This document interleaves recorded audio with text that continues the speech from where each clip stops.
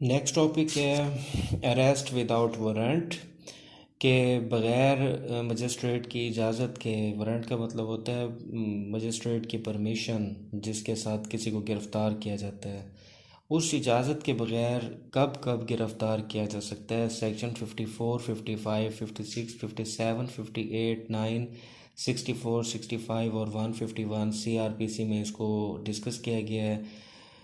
इसकी दो रीज़न्स होती हैं कि वारंट विदाउट अरेस्ट दो वजूहात पे किया जाता है। एक होता है पब्लिक इम्पोर्टेंस का कोई मैटर होता है या एडमिनिस्ट्रेशन ऑफ जस्टिस के तकाज़ों को पूरा करने के लिए ऐसा किया जाता है।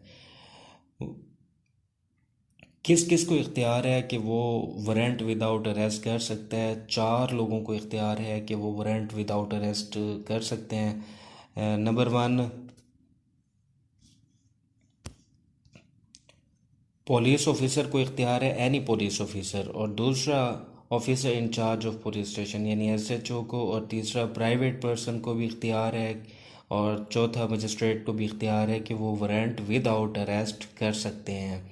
पुलिस को कब कब इख्तियार है कि वो बग़ैर वारंट के गिरफ़्तार कर सकती है। सेक्शन 54 में वो सारे सर्कमस्टांसिस दिए हुए हैं, जैसा कि कॉग्निजेबल ऑफेंस में अगर कोई मुलविस है उसको गिरफ़्तार करना, किसी के पास हाउस ब्रेकिंग आलात मौजूद हैं यानी नकब जनी के आलात मौजूद हैं। तीसरा, प्रोक्लेम्ड ऑफेंडर जो जिसकी मनादी हो चुकी हो या जिसके पास स्टोलन प्रॉपर्टी हो, या ऐसा शख्स जो पुलिस की कस्टडी से भाग निकला हो, या डिज़र्टर फ्रॉम आर्म फोर्स से जो आर्मी से भागा हुआ भगोड़ा हो, और इसी तरह जो कन्विक्ट हो और जेल से निकला हुआ हो। इसी तरह ऐसा शख्स जिसके हवाले से पुलिस को ये रेक्विजिशन मिली हो कि फ़लाँ बंदे को गिरफ़्तार करके हमें भेजें, किसी एजेंसी ने मांगा हो। इसी तरह ऐसा शख्स जो नॉन कॉग्निजेबल ऑफेंस में person committed non cognizable offence in presence of police officer की मौजूदगी में जो शख्स जुर्म का मुर्तकिब होगा, ऐसे शख्स को पुलिस गिरफ़्तार कर सकती है। ऐसा शख्स जिसको सस्पेंशन रिमिशन मिली थी प्रेसिडेंट की तरफ से या प्रोविंशियल गवर्नमेंट की तरफ से, और वो उन कंडीशंस पे पूरा नहीं उतरा, तो ऐसे शख्स को भी पुलिस विदाउट वारंट गिरफ़्तार कर सकती है। Number 2, arrest by officer in charge of police station का जो इंचार्ज है वो भी गिरफ़्तार कर सकता है। कुछ ऐसे सर्कमस्टांसेस होते हैं कि उसके पास भी इख्तियार होता है कि वो विदाउट वारंट गिरफ़्तार कर ले। Any person trying to conceal himself, जो छुपता फिर रहा हो, ऐसा शख्स जो जिसके पास ये जस्टिफिकेशन ना हो कि वो इस इलाके में इस कम्युनिटी में कैसे आया हुआ है, या कोई हैबिचुअल ऑफेंडर। इन तीन लोगों को गिरफ़्तार करने का SHO को इख्तियार है। और इसी तरह arrest by private person under section 59 में दिया हुआ है कि आम बंदा भी बग़ैर वारंट के किसी को गिरफ़्तार कर सकता है। ऐसा शख्स जो नॉन बेलेबल ऑफेंस में मुलविस हो उसको कोई प्रोक्लेम्ड ऑफेंडर यानी जिसकी मनादी होगी वो इश्तिहारी को पकड़ के दिया जा सकता है। इसी तरह मजिस्ट्रेट भी गिरफ़्तार करा सकता है। मजिस्ट्रेट गिरफ़्तार किस किस को करा सकता है, जिसने उसके मौजूदगी में कोई ऑफेंस किया हो, या ऐसा शख्स जिसको वो वारंट जारी कर चुका हो। टेंडर ऑफ पार्डन पे एक है, tender of pardon to an accomplice.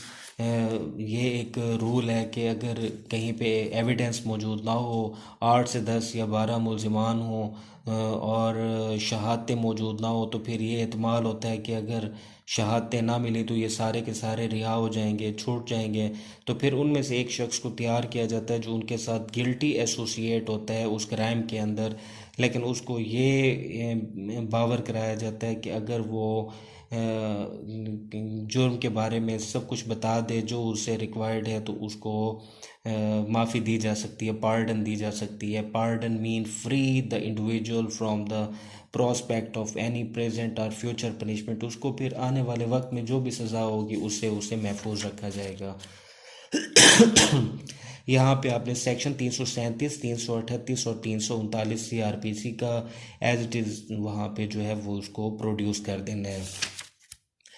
Next question है विशिएट द प्रोसीडिंग। ऐसी कार्रवाइयाँ जो अगर मजिस्ट्रेट ड्यूरिंग प्रोसीडिंग करेगा तो फिर ऐसा समझा जाएगा कि पूरा ट्रायल विशिएट हो गया है। यानी कहने का मकसद ये है कि अगर ऐसे स्टेप्स लिए गए, ऐसी एग्जांपल्स कायम की गई, तो फिर वो पूरा ट्रायल वाइड हो जाएगा, कलअदम हो जाएगा, उसकी कोई हैसियत नहीं रहेगी।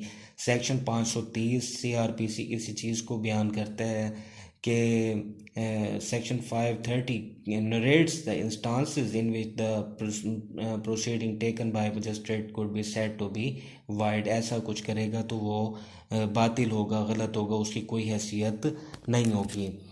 कौन कौन से ऐसे काम हैं जो सेक्शन 530 में बयान किए गए हैं? सेक्शन 530 यहाँ पे आप लिखेंगे।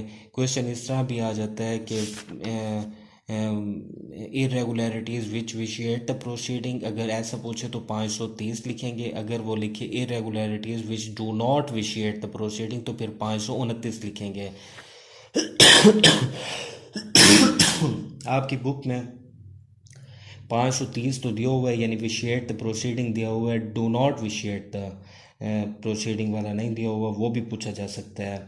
तो यहाँ पे वो कौन से ऐसे फैक्टर्स हैं जिनकी वजह से प्रोसीडिंग विशिएट हो जाती है? अगर कोई सेक्शन 8 का इस्तेमाल करे और उसको इख्तियार ना हो 88 का, यानी attaches and sells the property, यानी वो ऐसा मजिस्ट्रेट जिसको ना प्रॉपर्टी अटैच करने का इख्तियार हो ना सेल करने का इख्तियार हो, अगर वो ऐसा करता है तो ये उसने अपने इख्तियारात से तजावुज़ किया है, ये उसकी प्रोसीडिंग विशिएट कहलाए, विशिएट होगी, वाइड कर देगी उसके काम को।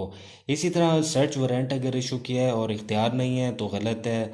डिमांड फॉर सिक्योरिटी ऑफ की पीस, के अमन अमान के लिए मुचलके जमा कराओ, ये फ़र्स्ट क्लास मजिस्ट्रेट के इख्तियार है। अगर इसे सेकंड क्लास या थर्ड क्लास मजिस्ट्रेट इस्तेमाल करता है तो वो गलत होगा। इसी तरह demand for security for good behaviour, के अच्छे अखलाक के हामिल रहोगे, इस चीज़ का मुचलका अगर कोई मजिस्ट्रेट ले लेता है जो फ़र्स्ट क्लास का नहीं है तो फिर वो भी गलत होगा। इसी तरह बहुत सारी इसमें मिसालें दी हुई हैं। ऐसी सज़ा जो कि एक मजिस्ट्रेट के इख्तियार से बाहर थी, अगर ऐसी सज़ा दी जाती है तो उसका इख्तियारात से तजावुज़ होगा, वाइड होगा।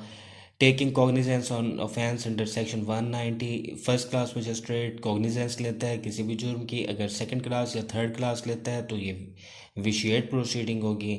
इसी तरह ऐसा ऑफेंस जिसको ट्राई करने का मजिस्ट्रेट को इख्तियार नहीं है, अगर वो उसे ट्राई करता है तो ऐसी प्रोसीडिंग भी वाइड में आएगी। नेक्स्ट है जी कन्फेशन के हवाले से कि कन्फेशन क्या होता है। कन्फेशन का मतलब होता है तस्लीम करना, एक ऐसा बयान देना जो एक्यूज़ जिसमें अपने जुर्म को तस्लीम कर लेता है या जुर्म को तो तस्लीम नहीं करता है लेकिन उन बातों को तस्लीम कर लेता है जिनको तस्लीम करने से वो मुजरिम ठहरता है, यानी हालात व वाक़यात को मान लेता है, डायरेक्ट जुर्म को नहीं मानता, तब भी कन्फेशन ही कहलाएगा। कन्फेशन का मतलब होता है एतराफ़ जुर्म करना। ये कन्फेशन दो तरह का होता है, जुडिशल कन्फेशन भी होता है और एक्स्ट्रा जुडिशल कन्फेशन भी होता है।